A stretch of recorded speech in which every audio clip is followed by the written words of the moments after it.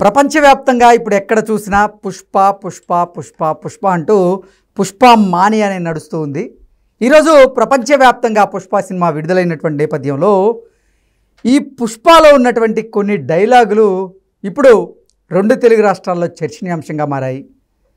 అల్లు అర్జున్ చెప్పిన కొన్ని డైలాగుల్ని ఇప్పుడు మెగాభిమానులు మెగా కుటుంబాన్ని ఉద్దేశించే ఆ డైలాగులు చెప్పారు అంటూ ఆపాదించుకునేటువంటి ప్రయత్నం చేస్తున్నటువంటి నేపథ్యంలో ఆ డైలాగులు ఏంటి, నిజంగా అవి ఒక కుటుంబాన్ని టార్గెట్గా చేసుకునే ఆ డైలాగులు ఉన్నాయా అనేది మనం విశ్లేషణ చేసుకునేటువంటి ప్రయత్నం చేద్దాం. ప్రస్తుతం మనతో పాటు ఉన్నారు ప్రముఖ రాజకీయ విశ్లేషకులు, ప్రముఖ సీనియర్ జర్నలిస్ట్ సిఎస్ రావు గారు. సార్తో మాట్లాడదాం.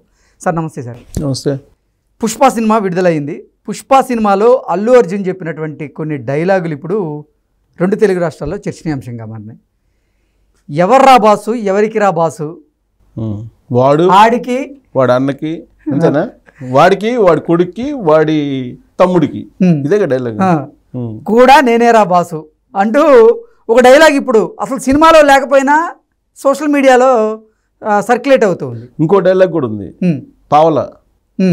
పావలా వాటా ఉన్నోడా మాట నేనేంట్రా అయినది అని, పావలాకి రూపాయి పావలకి అమ్ముడిపోయేయడానికి నేనేమన్నా మంగళం సీన్ అనుకుంటువా, పుష్పరాజ్ అంటూ అని పావలా అని ఇక్కడ హైలైట్ చేస్తూ కొన్ని డైలాగులు ఉన్నాయంటూ ఇప్పుడు ఇవి సోషల్ మీడియాలో వైరల్ అవుతున్నటువంటి డైలాగ్స్. ఈ డైలాగ్స్ ఎవరి గురించి పుష్పలో అల్లు అర్జున్ మాట్లాడాడు, ఇదే కదా ఎగ్జాక్ట్ మొత్తం ఇదే నడుస్తుంది. దీని మీదనే చర్చ నడుస్తుంది. సినిమా మొత్తం ఎట్లుంది ఏంటి అనేది ఎవరికి దోచిన విధంగా వాళ్ళు విశ్లేషణలు ఇచ్చేసుకున్నారు. ఎవరికి ఎంత మోతాదులో ముట్టిందో అంత మోతాదులో ఇచ్చేసుకున్నారు. ఆ సినిమా ఎలా ఉంది అనేది ఒక్కోడు ఒక రకంగా చెబుతున్నారు. భిన్న స్వరాలు వినపడుతున్నాయి. జనరల్గా ఏంటంటే మెజారిటీ వైపు ఉంటారు. అవును. కానీ ఇక్కడ ఏంటంటే మామూలు ప్రేక్షకులను కదిలిస్తేనేమో యావరేజ్ అంటున్నారు. కానీ ఈ విశ్లేషకులు ఎవరైతే ఉన్నారో వాళ్ళు మాత్రం సూపర్ డూపర్ అంటున్నారు. అంటే ఒక్కొక్క రేంజ్లో ఎంత డబ్బు ముడితే అంత రేంజ్లో చెప్పేస్తున్నారు వీళ్ళు. ఓకే. ఇప్పుడు అసలు సినిమా గురించి పూర్తిగా తెలియని వాళ్ళు కూడా అసలు పుష్ప పండగ చేసేస్తుంది, ఇది మొత్తం ప్రపంచం మొత్తం పండగ చేస్తుంది, ఇంతకన్నా పండగే ఉందని ఒక ఆయన విశ్లేషణ. అంటే ఆయనకి సినిమా గురించి తెలియదు అసలు. వాస్తవంగా సినిమా ఫీల్డ్, సినిమా పరిశ్రమ దాని మీద కనీసం అవగాహన కూడా లేనటువంటి విశ్లేషకుడు ఆయన కూడా సినిమా పండుగ అసలు ప్రపంచవ్యాప్త పండుగ అని చెబుతున్నాడు ఆయన. సరే, నేను మాట్లాడుతున్నాను, నువ్వు ఎందుకు మాట్లాడుతున్నావు, నువ్వు పొలిటికల్ అనలిస్ట్ కదా, నీకేం సంబంధం, జర్నలిస్ట్ సినిమాలతో ఏం సంబంధం అని. జర్నలిస్ట్కి అన్నిటితో సంబంధం ఉంది. పైగా నేను ఇన్ఛార్జి చేశా, ఒక ఆర్గనైజేషన్స్కి 4-5 ఆర్గనైజేషన్కి ఇన్ఛార్జిగా చేశా. సినిమాల్లో ఏం జరుగుతుంది అనేది ఎంతో కొంత నాకు తెలుసు. పైగా చాలా మందికి తెలియదు ఏంటంటే నేను 2 సీరియల్స్లో నటించా. ఓకే. తర్వాత మా బావగారు వరుస ఆయన ప్రొడ్యూసర్. ఓకే. మా మేనమ్మ గారు ఎప్పుడో లక్ష్మీ ఫిలిమ్స్ అనేది ఉండేది పూర్వకాలంలో, దానికి ఆయన మేనేజరు, జనరల్ మేనేజర్. కాబట్టి సినిమా సంపూర్ణంగా కాకపోయినా పరిచయాలు ఉన్నాయి. అట్లీస్ట్ ఎలా ఉంటుంది ఏంటి సినిమా వ్యవహారాలు, సినిమాకు సంబంధించినటువంటి హైప్ ఎలా క్రియేట్ చేసుకుంటారు, పబ్లిసిటీ ఎలా ఇచ్చుకుంటారు, ఆడ ఏమి లేకపోయినా ఉన్నట్టు ఎలా క్రియేట్ చేస్తారు, పబ్లిక్ని ప్రేక్షకులను ఎలా అట్రాక్ట్ చేస్తారు, ఇవన్నీ తెలుసు నాకు. పైగా ఒక సినిమాకి నేను మా బావగారు ప్రొడ్యూసర్ అయితే, మా బావగారు వరుస అనమాట, సొంత బావగారు కాదు, ప్రొడ్యూసర్ అయితే దానికి సంబంధించి సెట్స్లో కూడా ఏం జరుగుతుంది అనేది నాకు తెలుసు. కాబట్టి కొంత మాట్లాడచ్చు, నేను మాట్లాడే అర్హత కూడా ఉంది.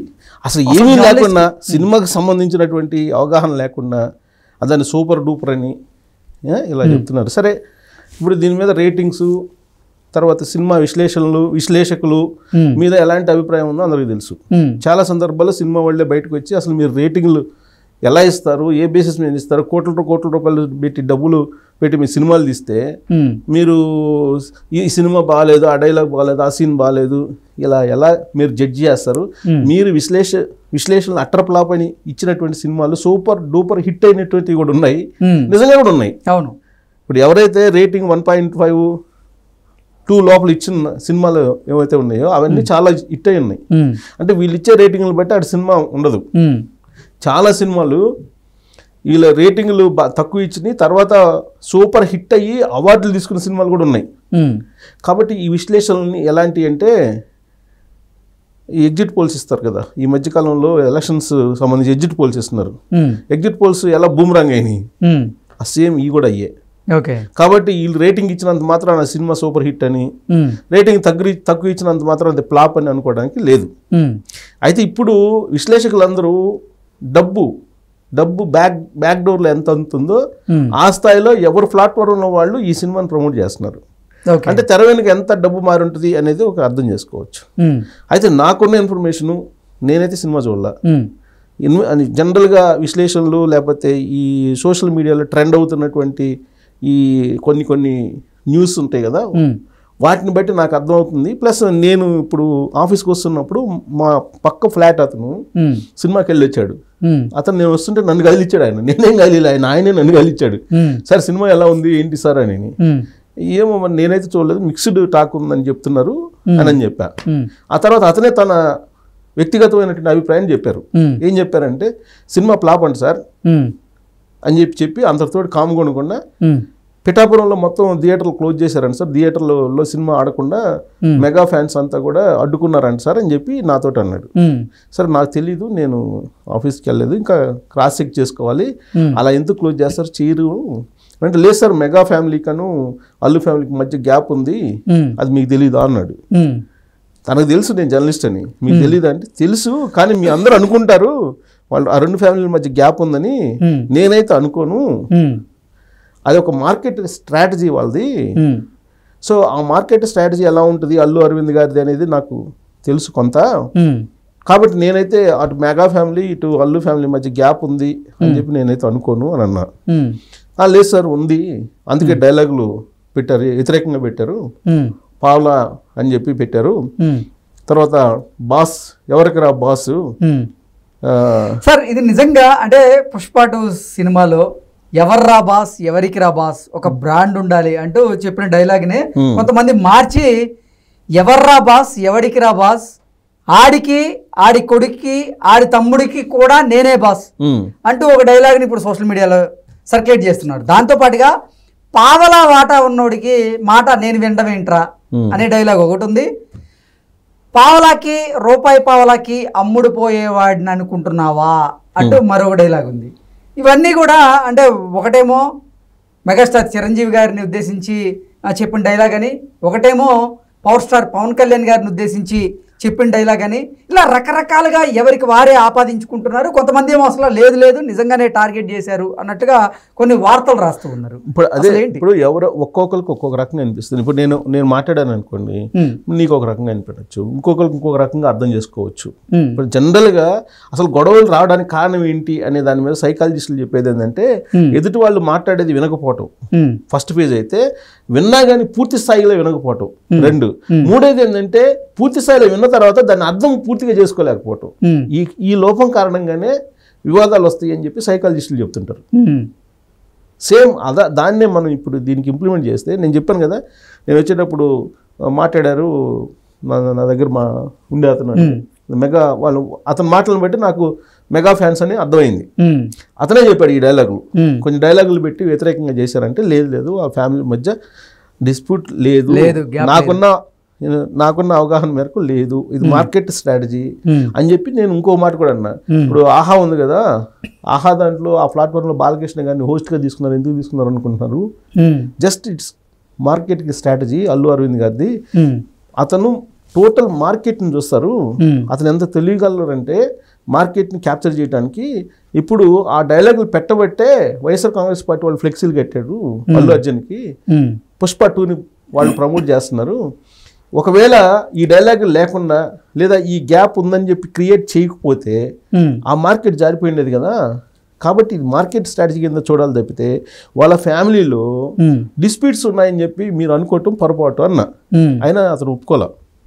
సరే అది మీ ఇష్టం అండి, నన్ను అడిగారు కాబట్టి నేను చెబుతున్నాను, వాళ్ళ మధ్య ఫ్యామిలీ మధ్య డిస్ప్యూట్స్ లేవు, ఎందుకుంటే డిస్ప్యూట్స్ అవసరం ఉంది, డిస్ప్యూట్స్ ఉండాల్సిన అవసరమే ఉంది, just it's market strategy, Allu Aravind market strategy అది. సో ఇప్పుడు ఈ సినిమాకి హిట్ అయినా కాకపోయినా డబ్బులు అయితే వచ్చేస్తాయి, దాదాపు 3,000 కోట్లు అని అంటున్నారంటే అతను ఒప్పుకోలే. లేదు ఫ్లాప్ సినిమా అంత రావండి, ఊరికే హైప్ చేస్తున్నారు అని అన్నాడు.